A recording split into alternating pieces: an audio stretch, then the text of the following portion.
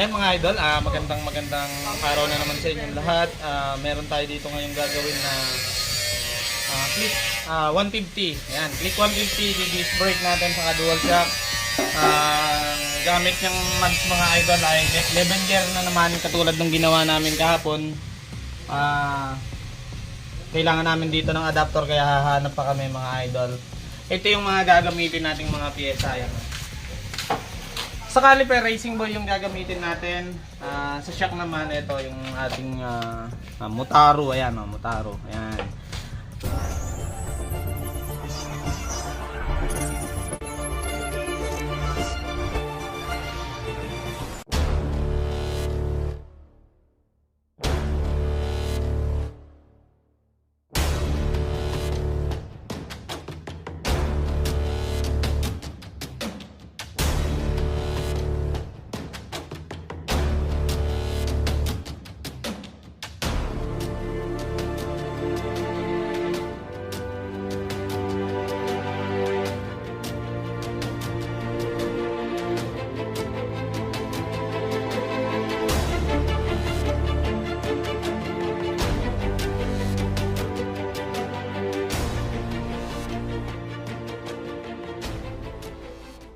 Motaro shock mga idol, napakaganda rin naman itong gamitin.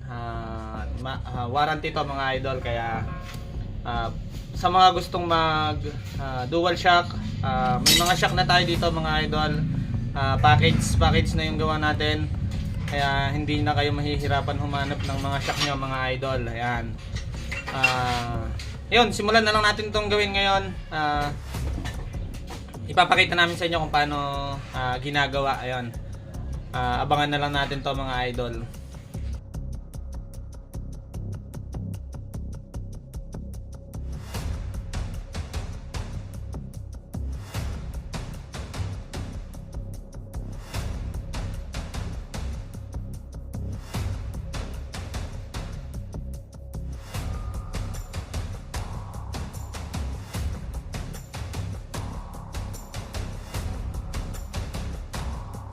Dahil naka 11 gear siya na mags mga idol, kailangan natin ng adapter kasi yung adapter namin naubos na kahapon. Wala na tayo kasi ilang piraso lang yung stock natin. Kaso kailangan na natin siya magawa ngayon, kaya gagawa natin ng paraan. Ito naman yung ngayon yung gagamitin natin na adapter. Ayan, tatabasin nga lang natin tong hub na to mga idol. Tatabasin natin mga 10 mm. Para ito naman yung ilalapat natin sa may kanyang mags. Yan.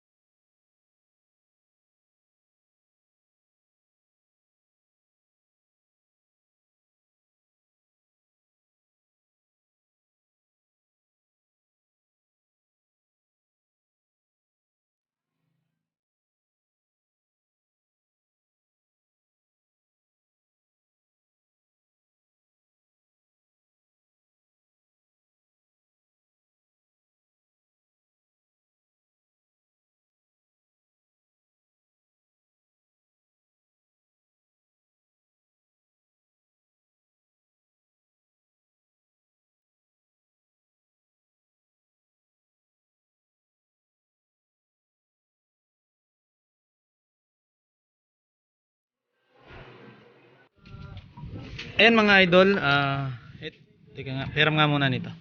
Ayan mga idol, ito na yung hub na, kanina na dala-dala namin. Ayan, tinorno na natin to. Ayan. Ito na yung gagawin nating pinaka-spacer dito sa kanyang mags. Ayan, ganyan mga idol. Ayan, para hindi sumaya dito yung caliper kasi pagka ito nga ang gagamitin nating Levenger, sasayad talaga yung caliper kaya kailangan natin ng adapter. Ayan.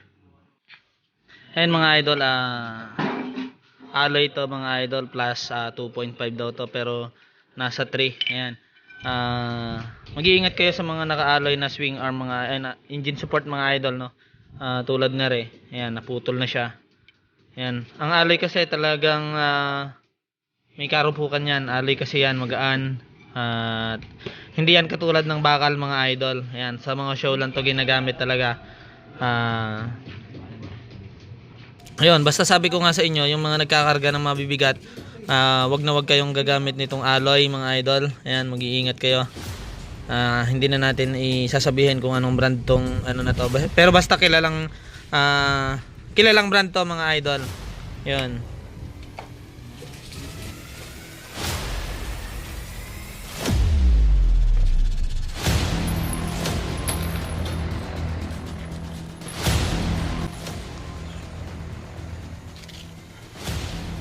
Ayun, magandang araw na naman sa inyo mga idol.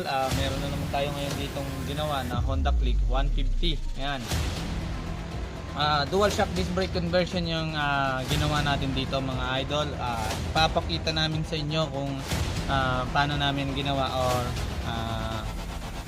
paano proseso ng gawa namin mga idol. Ayan. Ang gamit natin shock dito mga idol, papakita namin sa inyo. Ayan. Ito ang napakagandang Motaro shock mga idol. Ayan. 310 pala 305 tong ginamit natin dito mga idol para mag semi lowered yung kanyang Honda Click 150. Ayan. Dito naman tayo mga idol sa kabila. Ayan, Motaro pa rin. Tapos Racing Boy yung caliper na ginamit natin mga idol. Kung mapapansin nyo ito, doon ka sa kabila para ikot mo na. Ayan, kung mapapansin nyo mga idol, yung pad nyan saktong sakto sa disc. Ayan. Kaya yung kain niya, saktong-sakto yung pad. Ikot mo dito para. Yan. Ang gamit naming hose ito, braided hose na 2 meter hose. XRM disc. Pero may adapter to mga idol. Ito yung mags na tinabas natin. Yung tinorno ko to kanina, mags ng Mio 125. Yan, yung 4 holes mga idol na Mio. Yan. Dito naman mga idol, papakita ko sa inyo. Dito kasi ito gusto niya pag nagpalit siya ng lever pang NMAX, kaya yung master niya dito pinalitan natin. Tapos ito yung isang master mga idol na left master natin. Ayan. Tatanungin natin ngayon kung ano masasabi ng may-ari. Ayan. Nandito si sir, siya na lang ang magsasabi sa inyo kung ano ba masasabi niya. Ayan. Maraming salamat sa The Modifier.